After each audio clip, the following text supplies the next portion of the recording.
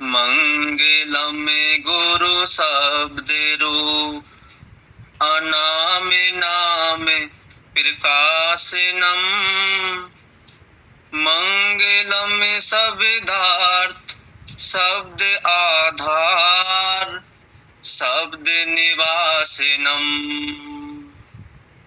गुप्त अपने आप में जब, अलख अगम अनाम आप। जब प्रगट आनंद ज्ञानाकार और सत्य धाम आप। साज संत समाज मंगल, काज जीव उद्धार को। आपने धारण किया है परम संत अवतार को। आप हैं आधार सबके, आपके आधार सब। बार पार से रहित आप हैं, आप बारा पार सब। संग देकर सत्य का संगत, जीव आधीन को। सिंध सदगति से मिलाया, जीव रूपी मीन को। सिंध सदगति से मिलाया, जीव रूपी मीन को। सैन बैन का आसरा, सत्संग द्वारा दान दे। शब्द योग सिखाया अनहद, धाम पद निर्वाण दे।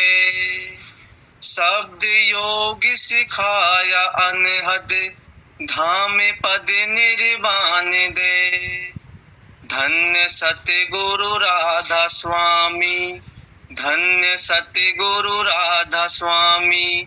भव पार भव से कीजिए, भक्ति युक्ति योग जुगति, ज्ञान शक्ति दीजिए।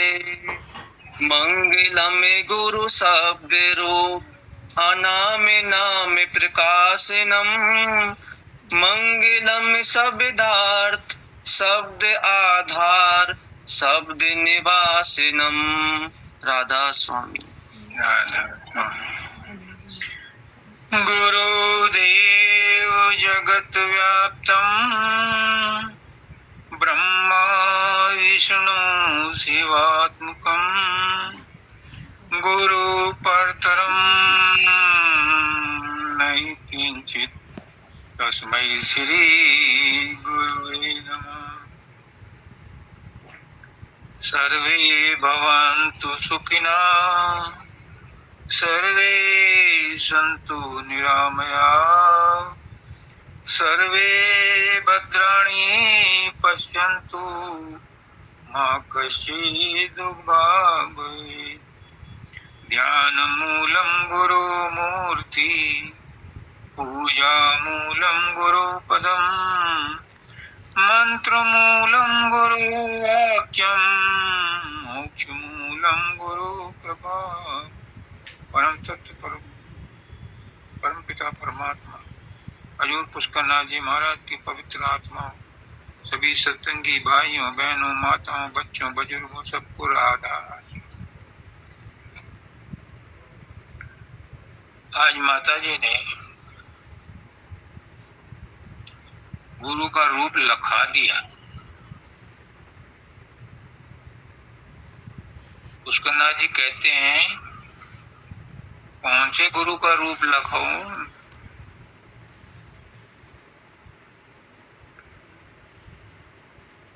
किस गुरु के रूप को देखना चाहते हो?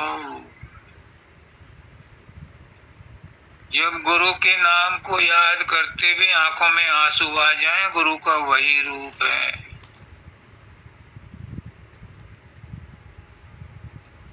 एक साकार रूप है। वो कहते थे कि साकार रूप तो तुम्हारे सामने बैठा है, ये साकार ही तुम्हें निराकार तक पहुंचाता है। निराकार किसी के बस में नहीं आता, किसी की समझ में नहीं आता। बड़े बड़े ज्ञानी छत से गिर जाते हैं।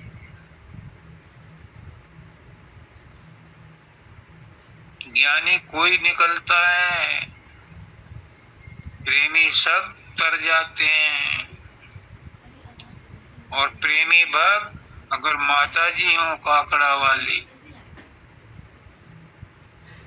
उनके दर्शन करने से ही तर जाता है। कौन से रूप को देखोगे? आज जो प्रेम सुख ने शब्द गाया है, ये भी गुरु के रूप को ही दर्शा रहा है। माता जी ने जो शब्द गाया है वो भी दाता दयाल जी का है, और ये भी दाता दयाल का है। पुष्करनाथ जी कहते हैं शब्द कोई सा भी हो, मंजिल सबकी एक है। शब्द अलग हैं, रास्ते अलग हैं, लेकिन मंजिल एक ही है। साधो गुरु का रूप लखान। कौन से गुरु का रूप लखाएंगे? गुरु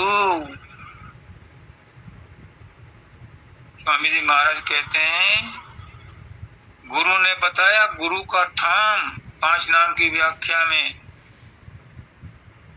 हजूर फकीर चंदी बाबा कहते हैं कि गुरु ने गुरु का ठाम बता दिया। त्रिकुटी में रहता है गुरु। माता जी रो पड़ी गुरु का रूप बताते बताते। वो साकार रूप है, वो सूक्ष्म रूप है, वो कारण रूप है। कारण महाकारण से परे हैं, जिनके आंखों में आंसू आ जाएं गुरु का रूप बताते हुए। उनसे बड़ा कोई गुरु का रूप नहीं हो सकता। दाता दयाल कहते हैं कि जब तुम्हें ऐसा महापुरुष मिल जाए, तुम्हें यकीन आ जाए कि वो गुरु है, तो उसके चरणों की धूली माथे पर लगा लेना।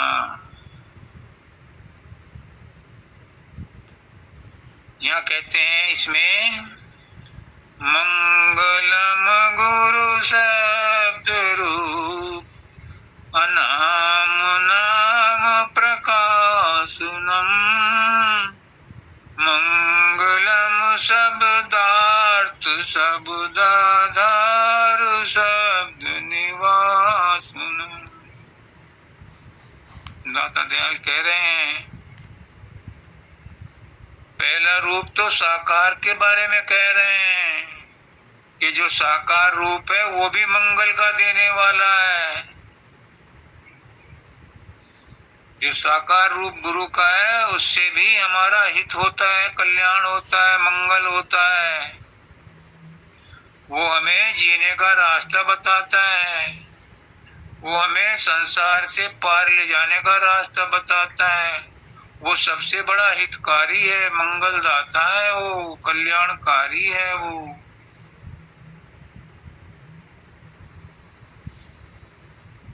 वो शब्द रूप ही है।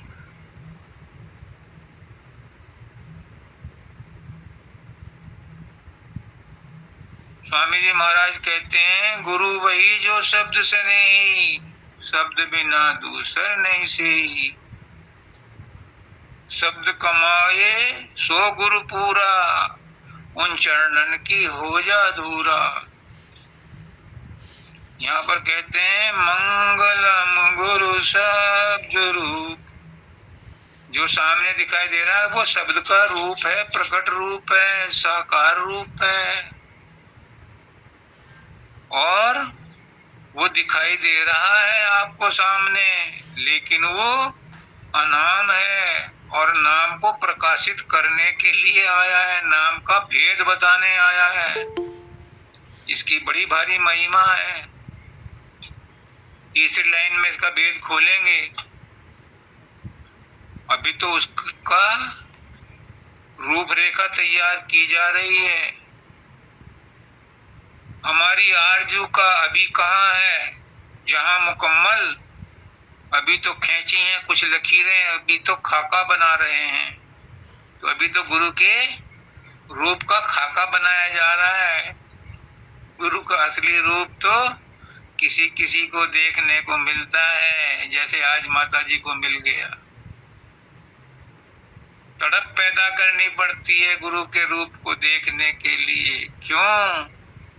गुरु और परमात्मा एक है। परमात्मा यहाँ नहीं आ सकता, इसलिए वो गुरु का चोला धारण करके आता है। कम मत आंको, परमात्मा किसी को नहीं मिलेगा, और जब मिलेगा उसका रास्ता गुरु ही बताएगा, तभी मिलेगा, और गुरु के रूप में ही मिलेगा। दूसरा रूप क्या है? पहला तो साकार बता दिए, जो शब्द रूप है, अनाम है, और नाम को प्रकाशित करने के लिए आया। वही नाम है और वही नामी है, वही शुभ शब्द है, वही धुन है, वही राधा है, वही स्वामी है, वही गुरु है, वही चेला है। दर्द दिल से बताता हूँ। दूसरी लाइन बोलते हैं, मंगलम शब्दार्थ शब्दाधार शब्द निवासनम। अब गुरु का सूक्ष्म रूप बता रहे हैं, ध्यान से सुनो। वो भी मंगल का देने वाला है, वो भी मुक्ति देने वाला है। वो कौन सा रूप है? वो शब्दार्थ है, वो शब्द में ही छिपा है, नाम नामी में ही छिपा है। गुरु ने अपना ही नाम दिया है।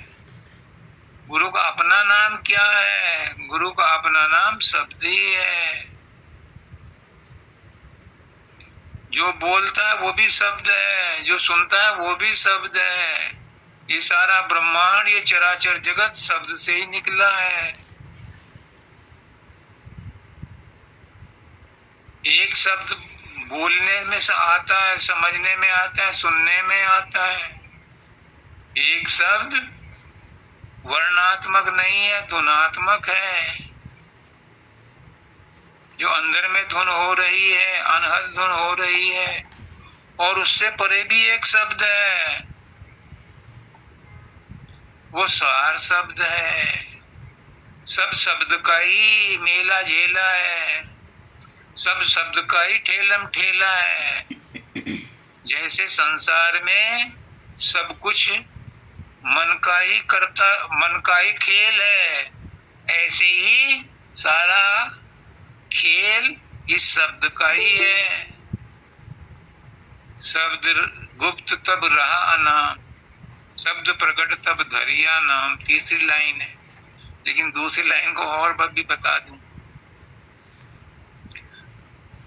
वो शब्द है और वो अपने आप में ही निवास करता है, अपने आप में ही गुप्त होता है, अपने आप में ही अव्यक्त है। जब अव्यक्त है तो अनाम है, और व्यक्त है तो नामधारी है। आप सब उसी का अंश हो। जब शरीर धारण कर लिया तो कोई राजेश बन गया, कोई अजय कपिला बन गया, कोई सुमन बन गई, कपिला सुमन कपिला बन गई, कोई जयश्री बन गई, कोई वंदिता बन गई, कोई शर्मा त्यागी बन गई। है सब उसी का रूप, लेकिन प्रकट होने के लिए अलग अलग चोले, अलग अलग नाम धारण कर लिए। वो शब्द में ही निवास करते हैं। अब कहाँ निवास करते हो? अभी भी शब्द में ही हो।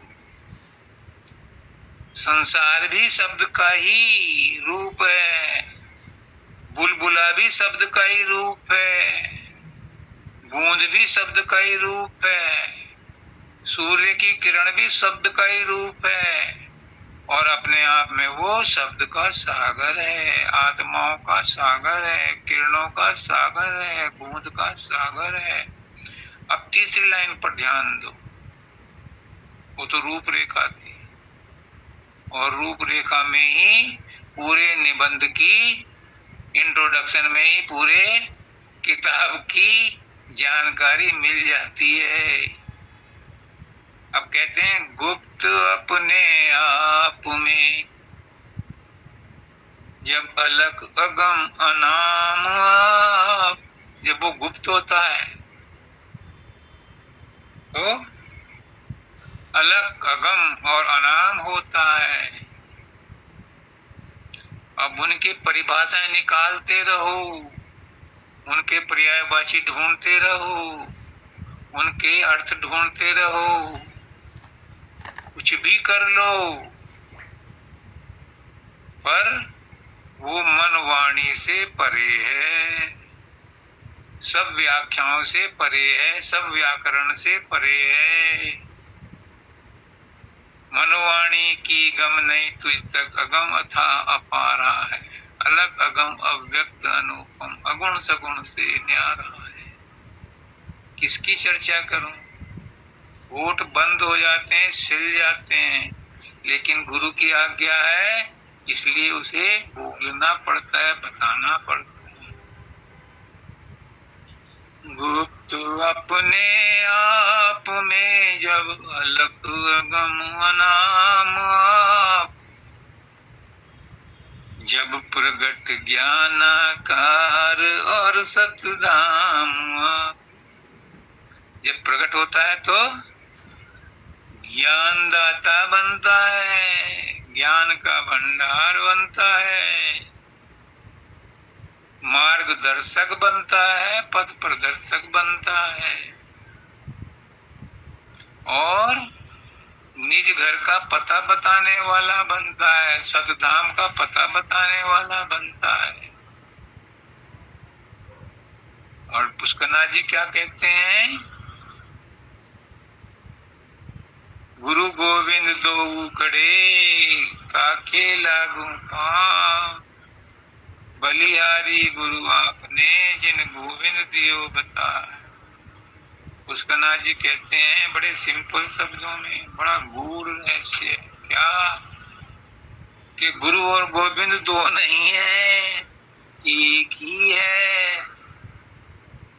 वही रथ हाँक रहा है और वही विराट रूप दिखा रहा है, और वही चतुर्भुज रूप भी दिखा रहा है, वो एक ही है।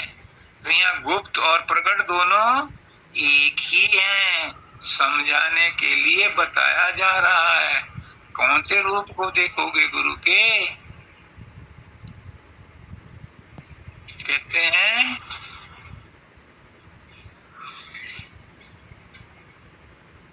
रूप तुम्हारा अगम अपारा, सोई अब दर्शाओ, देखो रूप मगन होए बैठो अभय दान दिलवाओ।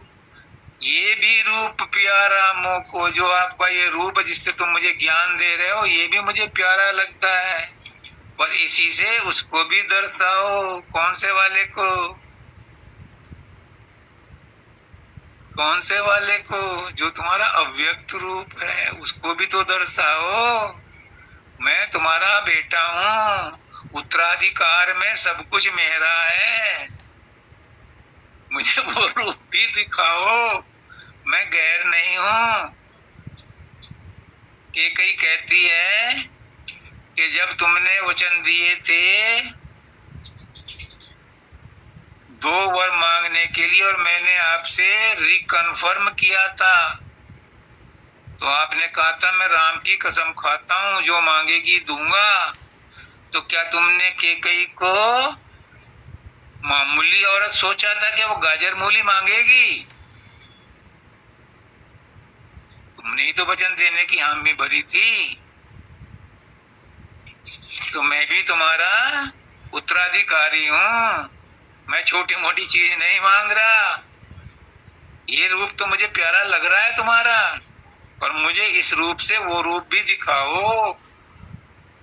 बिन इस रूप काज नहीं होई, ये बात सही है कि मेरे काज बनाने के लिए आपने ये रूप धरा है, पर उसे भी तो दिखलाओ, क्यों कर वही दिखाओ, वही लिखाओ।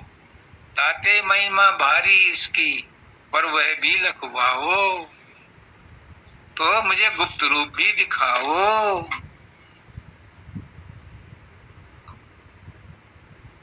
आगे कहते हैं, जब प्रगट आनंद ज्ञानाकार और सतधाम आप। जब आप प्रकट होते हो तो ज्ञानाकार बनते हो, ज्ञानदाता बनते हो, इससे जीवों का उद्धार करते हो और सतधाम का पता बताते हो। जीवों को उनका असली पता बताते हो, उनका नाम बताते हो कि असली नाम उनका क्या है, उनके भ्रम मिटाते हो। इसलिए इस रूप की भी आपकी महिमा है और अपगट रूप की भी महिमा है, क्योंकि वो तुम कूटस्थ हो, केंद्र से केंद्रम हो। मैं उस रूप को भी जानना चाहता हूँ, मुझे अधिकार है आपका बेटा होने के नाते, आपकी सारी संपत्ति, सारी एफडीओ का डिटेल मुझे दो। बड़ा चतुर होता है शिष्य, बांध लेता है परमात्मा को अपने प्रेम में, और वो भी प्रेम के धागे में बंधे आएंगे सनम, वो भी बंध जाते हैं। पुष्करनाथ जी कहते हैं, तुम गुरु को प्रेम करो और गुरु तुम्हारा गुलाम हो जाएगा, फिर तुमसे उंगलियों में नचाना। लल्ला नाच, हम तुझे छाछ देंगे, और वो नाचता है। आगे कहते हैं, साज संत समाज मंगल काज जीव उद्धार को। साज संत समाज मंगल काज जीव उद्धार को। जब रामचंद्र जी वन को गए और उन्हें रास्ते में ऋषियों ने मरे हुए ऋषियों की हड्डियों की ठठरियां दिखाई, पूल के पूल दिखाए, तो उन्होंने पूछा ये किसकी हड्डियां हैं, ये क्या है? कि ऋषि मुनि मारे हैं इन देवताओं ने, वो इन राक्षसों ने। तो उन्होंने कहा कि मैं इसी कार्य के लिए आया हूँ, जीव के उद्धार के लिए। तुम सब अब निर्भय हो जाओ, मैं इन सब राक्षसों का नाश करूंगा।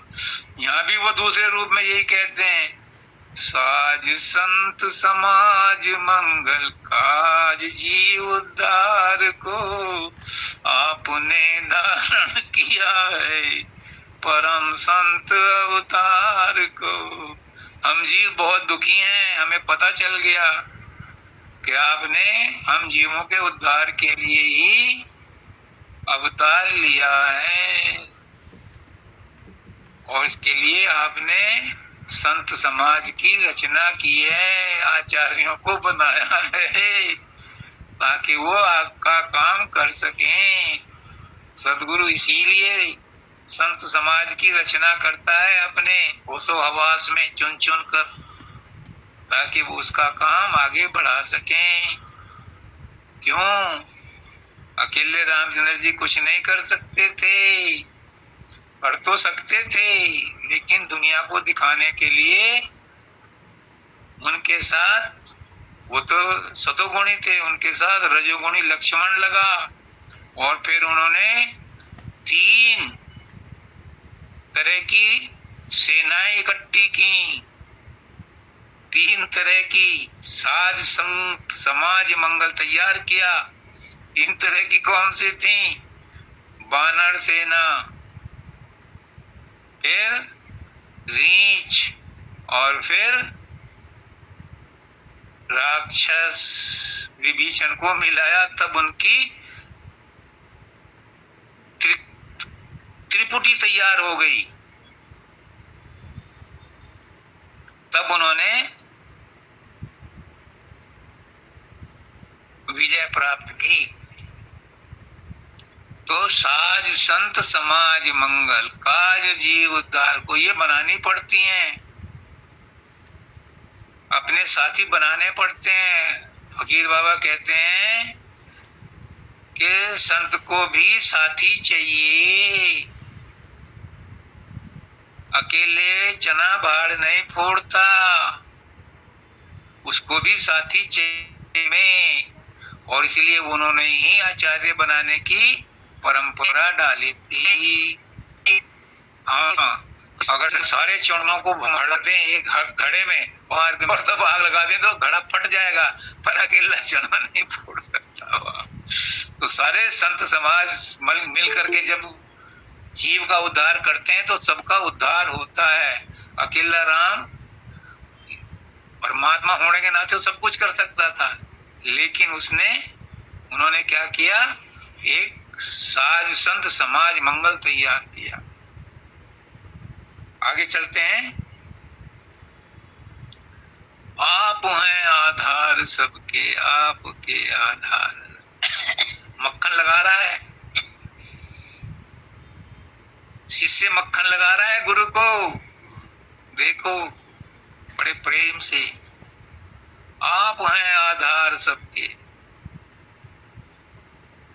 निराधार आधार जगत का, मरम न कोई लख पावे, जब तू अपना रूप दिखावे, समझ में तब कुछ कुछ आवे। वो निराधार है लेकिन सबका आधार है। तो शिष्य कह रहा है आप सबके आधार हो, और आपके आधार पर ही सब टिके हैं।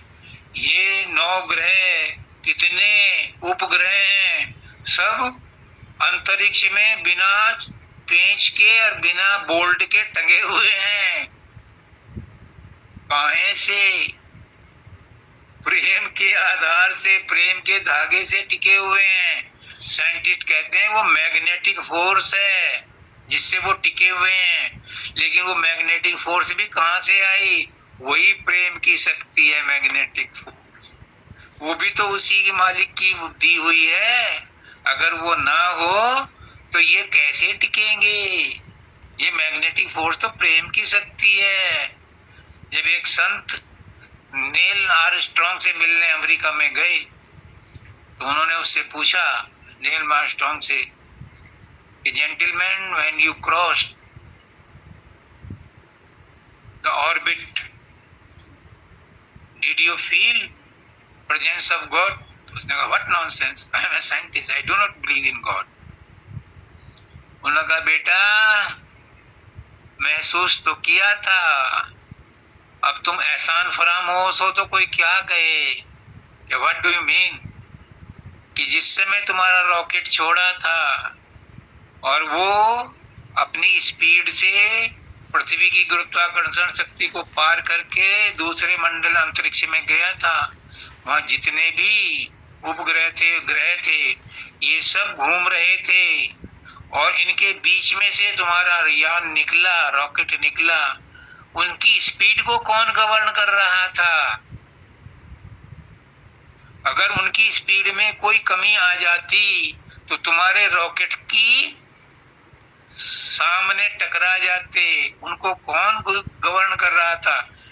तब उसने एग्री किया, yes there is some force which govern all the universe, objects of the universe. वो बोले संत के इसी को हम परमात्मा कहते हैं। सब उसी के आधार पर टिके हुए हैं, लेकिन वो निराधार है। सारी शक्तियां उसी से निकलती हैं, लेकिन वो फिर भी गुप्त रहता है, और जब प्रकट होता है उस पर कोई विश्वास नहीं करता। कृष्ण भगवान कहते हैं जब मैं मनुष्य रूप में आता हूं तो मेरा मजाक बनाते हैं। दुर्योधन कहता है पकड़ लो ग्वाले को। निराकार को तो पहचाना नहीं जाता, और साकार जब पहचान करने के आता तो कहते हैं आइडेंटिटी कार्ड दिखा, अपना आधार कार्ड दिखा, पैन कार्ड दिखा। कोई नहीं परमात्मा पे विश्वास करता जब वो मनुष्य रूप में आता है। गुरु पे कोई विश्वास नहीं करता, कोई बिरला होता है। नानक देव जी कहते हैं लाखन मध्य मत गिनो कोटिन मध्य, और वही गुरुमुख होता है और वही गुरु होता है, और वो गुरु अपने जैसा ही दूसरों को बना देता है। आप हैं आधार सबके, आपके आधार सब, लेकिन आप वार पार से रहित आप हैं और वारा पार सब, आप सब चीज से परे हैं। जहाँ कहीं भी कुछ नहीं है वहां भी आप हो।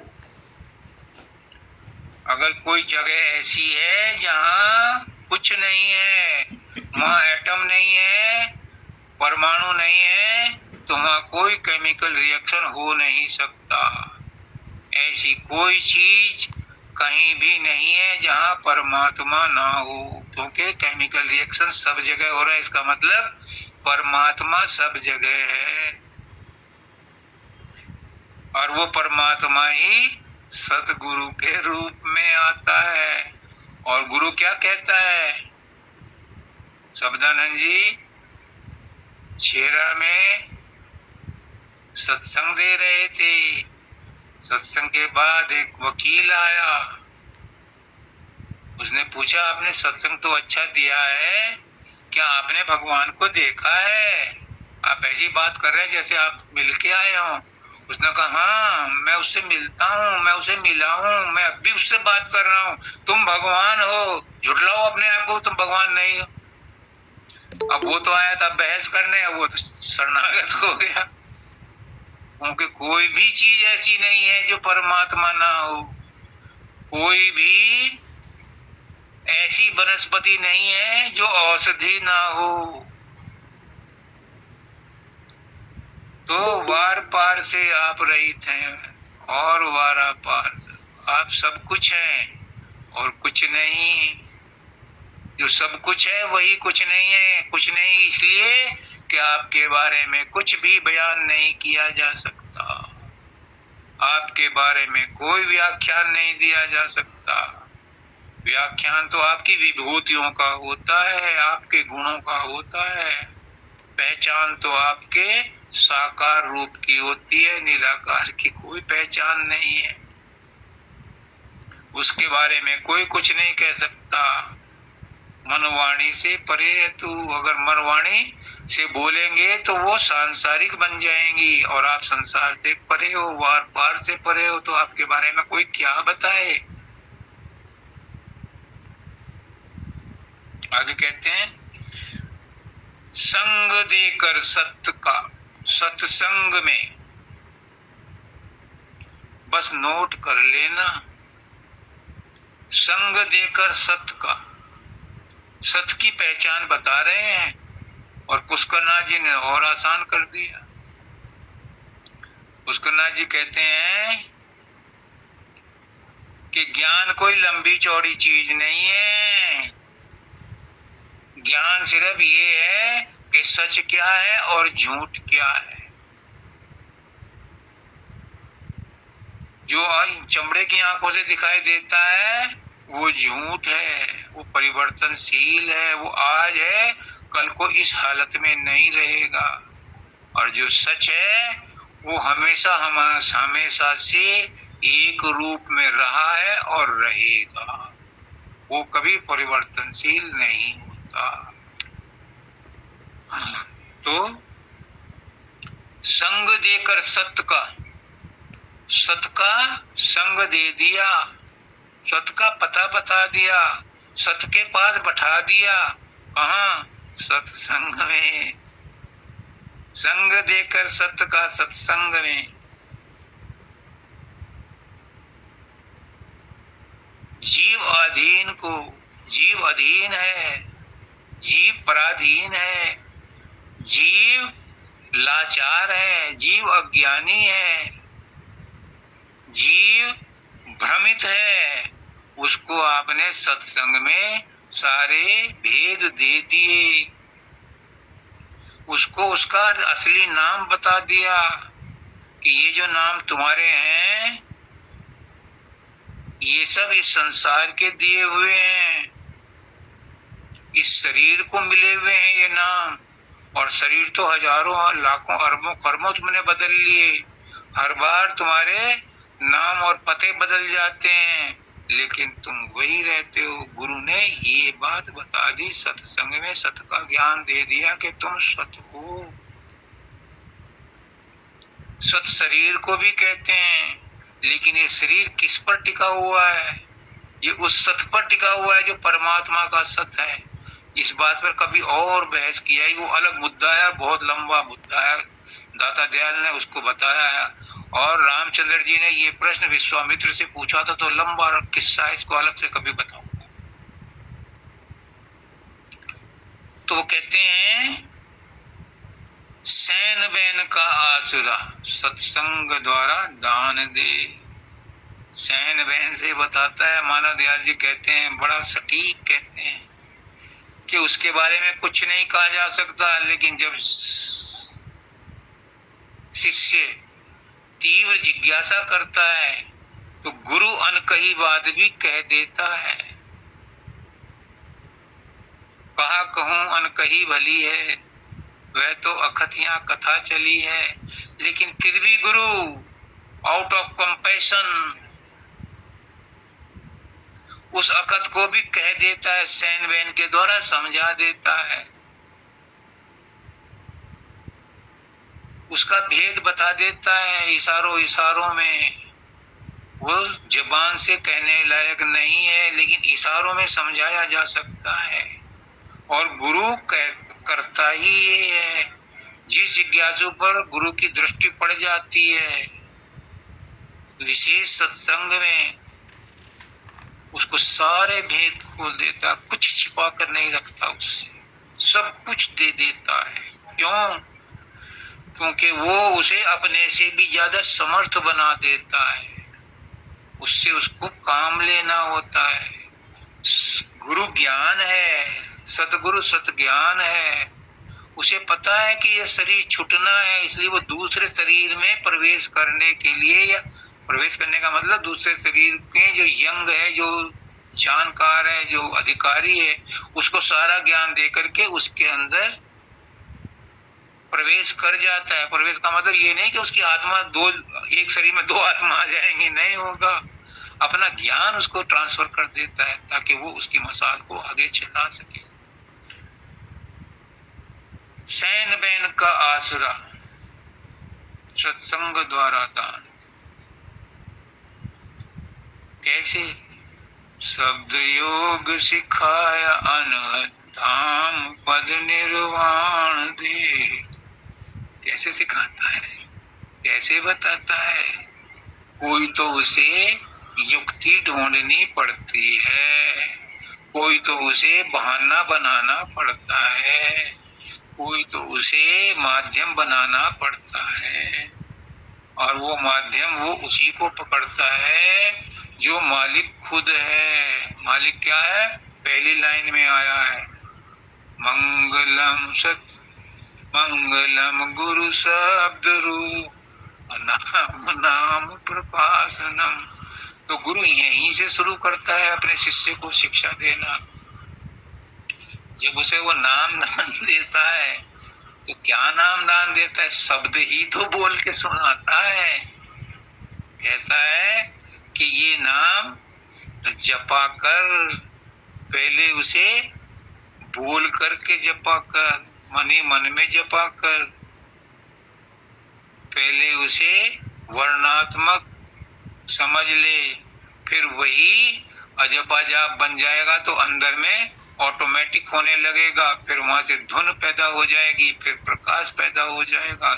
ये सब ऑटोमेटिक अंदर में तेरी एकाग्रता जितनी बढ़ती जाएगी उसी के हिसाब से आगे की मंजिल चलती चली जाएगी।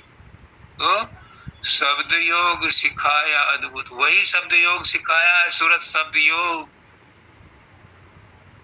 ये आज का नहीं है सूरत शब्द योग, संतों ने पुरानी शराब को नई बोतल में प्रकट किया है।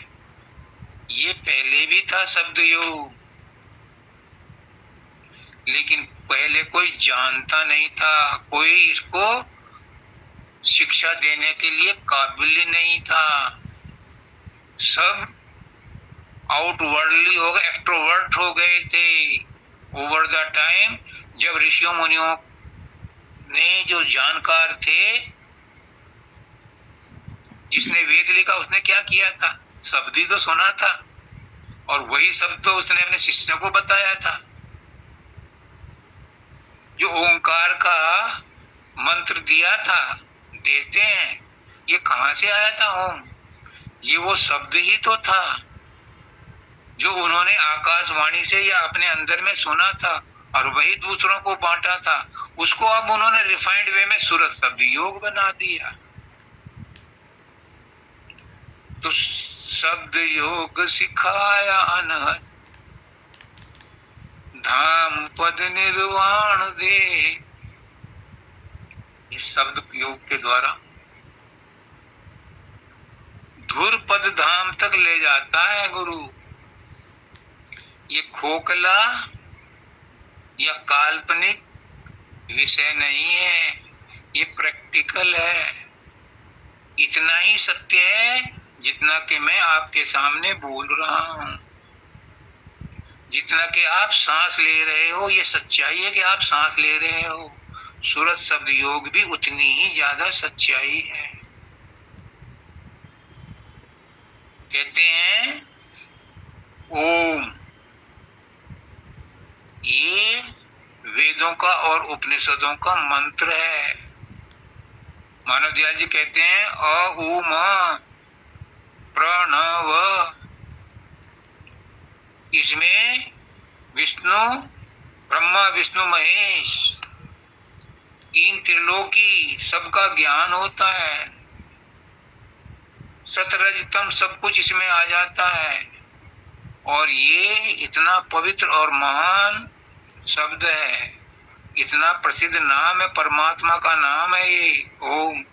लेकिन मानव दयाल जी क्या कहते हैं? क्योंकि मानव दयाल जी को हुक्म मिला था बाबा शब्दानंद जी का, वो कहते हैं कि शर्मा, तू वेदों उपनिषदों का मास्टर है, चैंपियन है। संत मत मैं तुझे बताऊंगा। तेरी ड्यूटी ये है कि तू संत मत को और सनातन धर्म को एक करके समझा दे। उन्होंने ताउम्र फिर अपने ड्यूरेशन में यही किया। वो कहते थे कि संत मत सनातन धर्म की आखिरी कड़ी है, जहाँ पर सनातन धर्म के नियम और वो सब खत्म होते हैं, वहां से संत मत आगे सूरत शब्द योग के द्वारा धुरपद धाम तक का पता बताता है। तो कहते हैं शब्द योग सिखाया अद्भुत, धाम पद निर्वाण। तो मानव दयाल जी कहते थे कि ओम के ऊपर जो चंद्र बिंदु लगा है, यही चौथी अवस्था है। एक स्थूल, दूसरी सूक्ष्म, तीसरी कारण, लेकिन ओम के ऊपर जो चंद्र बिंदु लगा है, ये चौथी अवस्था है। यही सतयुग, सतखंड है, यही सतलोक है। मानव दयाल जी ने बड़े स्पष्ट रूप से क्या कहा कि सनातन धर्म तो ओम की स्थूल, सूक्ष्म और कारण की ही पूजा करता है, और संतमत उसकी आखिरी सीढ़ी है। इसलिए चंद्र बिंदु जो लगा है वो चौथी अवस्था है। तुम सतलोक तक पहुंचो, ये उन्होंने साबित किया और सत्संग में बतलाते थे। तो सतगुरु जब जब प्रकट होते हैं, आने वाले समय में वो मांग के अनुसार शिक्षा को बदल जाते हैं। हजूर सुब्रत लाल जी महाराज दाता दयाल ने कहा था, फकीर मेरी शिक्षा को बदल जाना, आगे आने वाली पीढ़ी मेरी शिक्षा को स्वीकार नहीं करेगी, तो इसे अपने जीवन काल में बदल जाना। तो बाबा फकीर ने अब उनकी शिक्षा को अलग ढंग से प्रेजेंट किया। जो भेद उस समय छिपा रखे थे वो उनको उन्होंने प्रकट किया, और साथ में मानव दयाल जी को हुक्म दे गए कि तू सनातन धर्म को और संत मत को एक करके बता। सनातन धर्म का तू प्रकांड पंडित है और संत मत मैं तुझे समझाऊंगा, तो इन दोनों को एक करके फैला मेरे मिशन को, और मानव दयाल जी ने ये किया। तो धन्य सतगुरु राधा स्वामी, पार भव से कीजिए। धन्य सतगुरु राधा स्वामी। राधा स्वामी कौन है? उसका नाथ जी कहते हैं संत सतगुरुवर, जो आज की तारीख में हमें उस नई बोतल में से पुरानी शराब पिलाता है, से सतगुरु कहते हैं उसको। हम कहते हैं धन्य सतगुरु। ये सतगुरु हम धन्य हो गए, आप हमारे लिए प्रकट हो गए। अगर मानव दयाल जी ना आते तो हमारा क्या होता? हम किसकी माँ को माँ कहते? शब्दानंद जी ना होते तो वो परिपाटी परंपरा कैसे हमें मिलती, और पुष्करनाथ जी ना होते तो हमें कौन बताता कि हमारा नाम क्या है। राजेश, शब्द के पीछे डंडा लेके मत फिर। शब्द में द्वैत है, प्रकाश में द्वैत है। हमारी मंजिल है अद्वैत, हमें वहां जाना है। तू काहे के पचड़े में पड़ा है? बाहर निकाला, वो ना मिलते तो हम कहाँ जाते? क्या कहते हैं? धन्य सदगुरु, हम धन्य हो गए आपको पा करके। मालिक, इतना कष्ट उठा करके हमारे लिए आप आए हो। मानव दयाल जी कहते हैं राजेश, तो 25,000 साल पहले भी मेरे आश्रम में आता था। बताओ, मेरे लिए दोबारा आए 25,000 साल पहले। मुक्त अवस्था में होते हुए भी बंधन में बंध करके आए मुझे मुक्त करने के लिए। कितना कष्ट उठाता है गुरु, क्या दे सकते हैं हम उसको? संत मुक्त अवस्था में होते हैं और आते हैं अपने जीवों को बचाने के लिए। क्यों? जो दर्द बाप को होता है, जो दर्द माँ को होता है, वो नर्स को नहीं होता, चाहे नर्स भले ही वेल पेड हो। तो जब परमात्मा को दर्द हुआ कि मेरे जीवों को कष्ट दे रहा है काल, तो परमात्मा द्रवित होकर के संत के रूप में आया, क्योंकि ओरिजिनल रूप में नहीं आ सकता था। मानव दयाल जी कहते हैं कि जब बामन के रूप में आया था, एक पैर में अंतरिक्ष नाप लिया, सारा स्वर्ग और सब कुछ नाप लिया, दूसरे में पृथ्वी और सब कुछ सारा ब्रह्मांड नाप लिया, और तीसरा पैर कहाँ रखूं? बलि कहता है कि मेरे सिर पर रख लो, और उसे पाताल भेज दिया। आज अगर परमात्मा अपने रूप में, वो कहाँ रखेगा पैर? कौन देगा अपना सिर उसे? इसलिए वो अपने असली रूप में नहीं आता। हमारा सूरज 1 किलोमीटर नीचे आ जाए तो पृथ्वी जल करके खाक हो जाएगी, और वो परमात्मा जिसने हजारों करोड़ों अरबों सूर्य बनाए हैं ऐसे ऐसे, हमारा सूर्य तो सब सूर्य में छोटा है, वो अगर आ जाए तो यहाँ कुछ भी नहीं बचेगा, ब्रह्मांड भी नहीं बचेगा, ये भी उड़ जाएगा। पृथ्वी तो ब्रह्मांड का भी एक छोटा सा हिस्सा है। मानव दयाल जी कहते थे कि कोई रॉकेट पे, कोई जब हवाई जहाज पे जाता है 36,000 फीट की ऊंचाई पर जाता है हवाई जहाज, वहां से नीचे दिखाई दे तो वहां भारत का भी नक्शा दिखाई नहीं देता, पूरी पृथ्वी जरा सी दिखाई देती है, हरियाली भी जरा जरा सी दिखाई देती है, छोटी मोटी चीज तो दिखाई नहीं देती। आदमी कहाँ दिखाई देगा? फिर किस बात पर अहंकार करते हो? जब अभी तो इतनी ऊंचाई पर चढ़े, और जब चांद पर चले आकर के वहां से कोई देखेगा तो वहां क्या दिखाई देगा? पृथ्वी का कुछ भी दिखाई नहीं देगा। तो धन्य सतगुरु राधा स्वामी। ये चिकल्लस करने का कोई फायदा नहीं। गुरुदेव, आपने सब कुछ दे दिया, सारा ज्ञान दे दिया, मैं धन्य हो गया, आपकी संगत धन्य हो गई। जिन पर आपकी दृष्टि पड़ गई वो भवजल से पार हो गए, आपका बड़ा एहसान है।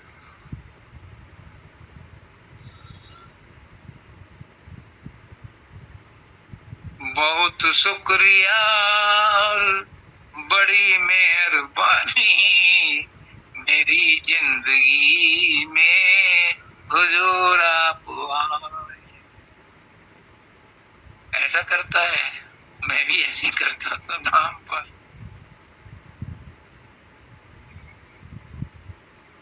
पार भव से कीजिए, अब तो करने की भी जरूरत नहीं, जब आपके साथ लग गए तो पार तो भव से होंगे ही, क्योंकि आपने तो वायदा किया कि जिसका मैं हाथ पकड़ लेता हूँ छोड़ता नहीं। लेकिन फिर भी हमें तो दीन बनकर कहना ही पड़ता है कि हमें भी पार कर दो।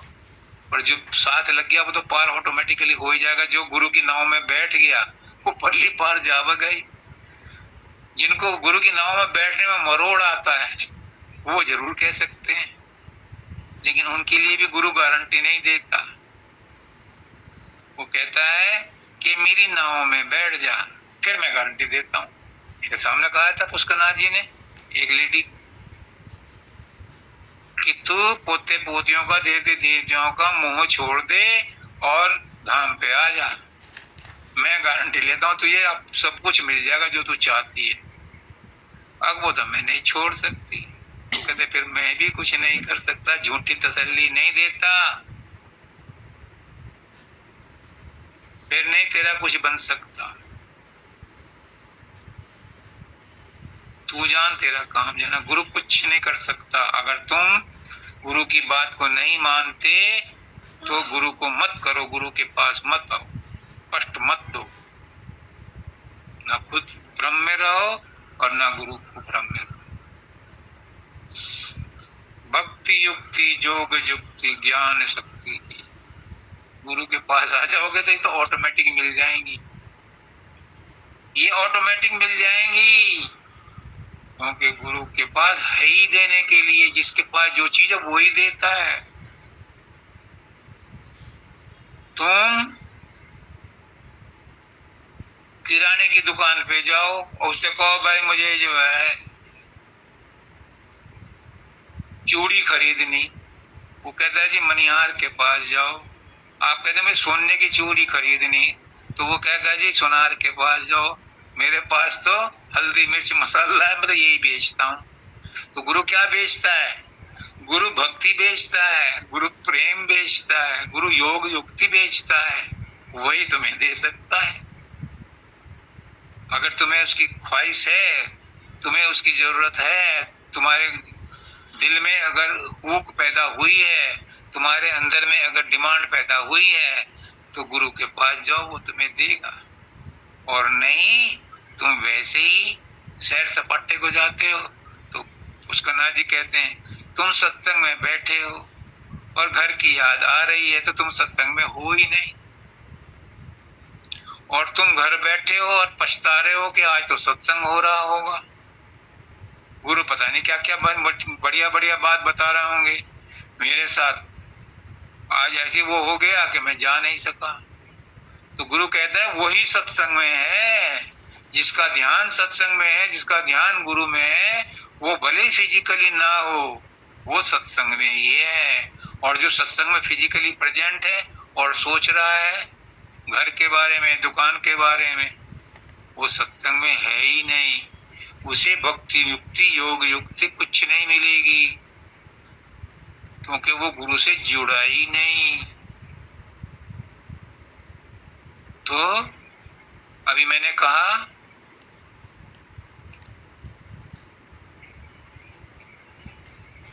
कि मानसिक रूप से ही जुड़ जाओ। सर्वे भवन्तु सुखिना, सर्वे सन्तु निरामया, सर्वे भद्राणि पश्यन्तु, मा कश्चित् दुःख भाग् भवेत्। बाबा फकीर कहते थे कि तुम सबका भला नहीं कर सकते, लेकिन मन से तो सबका भला चाह सकते हो। तुम मन से सबका भला चाहो, सबके लिए शुभ संकल्प रखो, सबके लिए शुभ कामनाएं रखो। इसीलिए संस्कृत का श्लोक है कि सर्वे भवन्तु सुखिनः, सब सुखी रहें, सर्वे सन्तु निरामया, सब निरोग रहें, सर्वे भद्राणि पश्यन्तु, सब भलाई करें, सबका हित हो, सबका कल्याण हो, माँ कश्चित दुख भाग, किसी को कोई किंचित मार्ग भी दुख ना हो। जब ऐसी भावना, ऐसी दया आपके अंदर आएगी तो पहली 3 बातें हैं। पहली बात तो ये कि आप सबके प्रति दया रखोगे, दया के भाव रखोगे तो परमात्मा प्रसन्न होगा कि ये सबके प्रति दया का भाव रखता है, ये मेरा प्यारा है। दूसरी बात, जब तुम सबके लिए प्रार्थना करोगे तो सब में तुम भी आ गए, तुम्हारा भी भला होगा।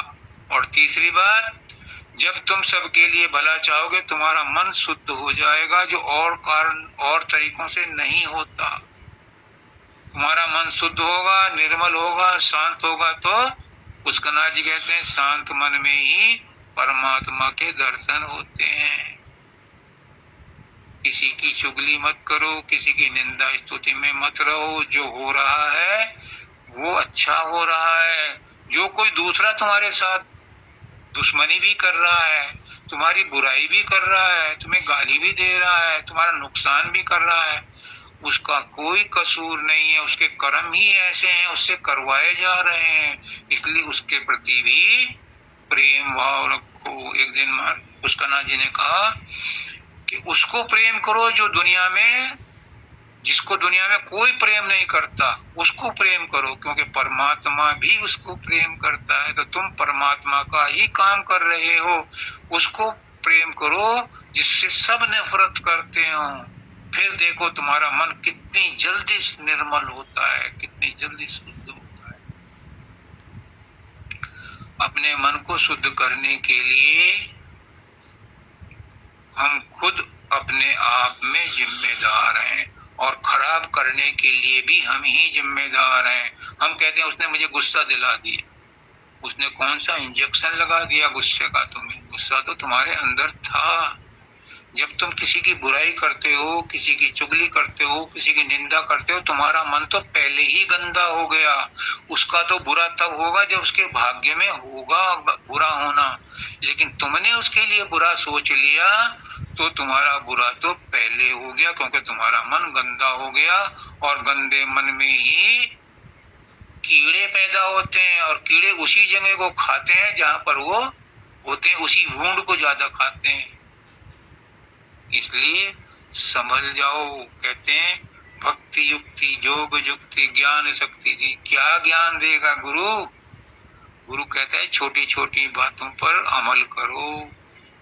यही बड़े बड़े करैक्टर का, चरित्र का फाउंडेशन बनती हैं। छोटी चीजों को तो हम समझते नहीं, हम उन पर तो ध्यान देते नहीं, और चाहते हैं कि इसके ऊपर महल बना दें। अब जब उसकी नींव पक्की नहीं है तो कितने ही आप साधन अभ्यास समाधि ध्यान लगा लो, अगर मन में संतोष नहीं है, मन में प्रेम नहीं है, मन में सबके प्रति दया भाव नहीं है, तो समाधि ध्यान काम नहीं आएगा। कबीरदास कहते हैं, कल भी मैंने कहा था, दया राख धर्म को पाले, जग से रहे उदासी, और अपना साजिब सबका जाने, ताही मिले अविनाशी।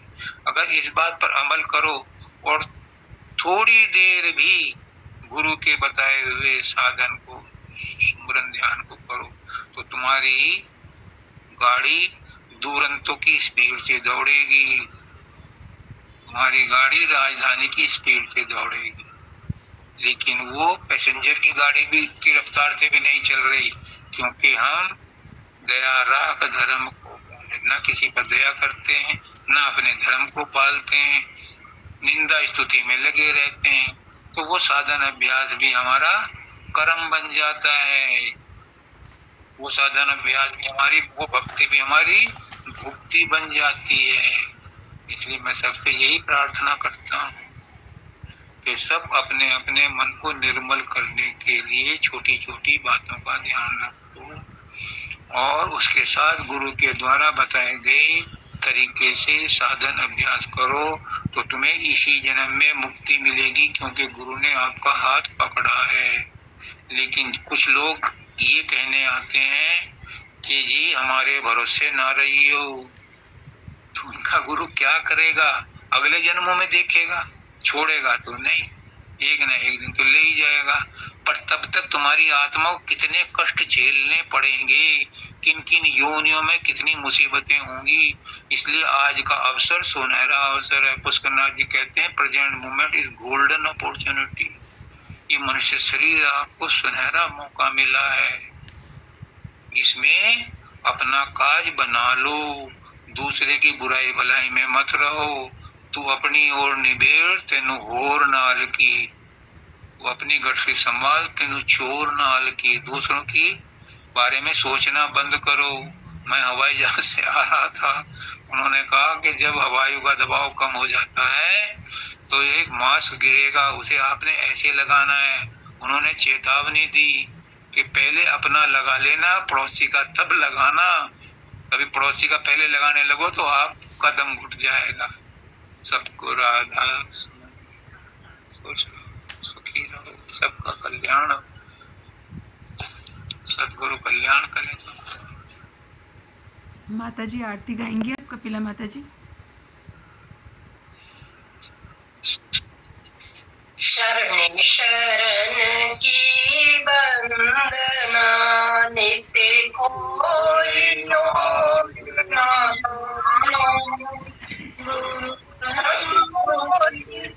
आए मेरी बख्श दो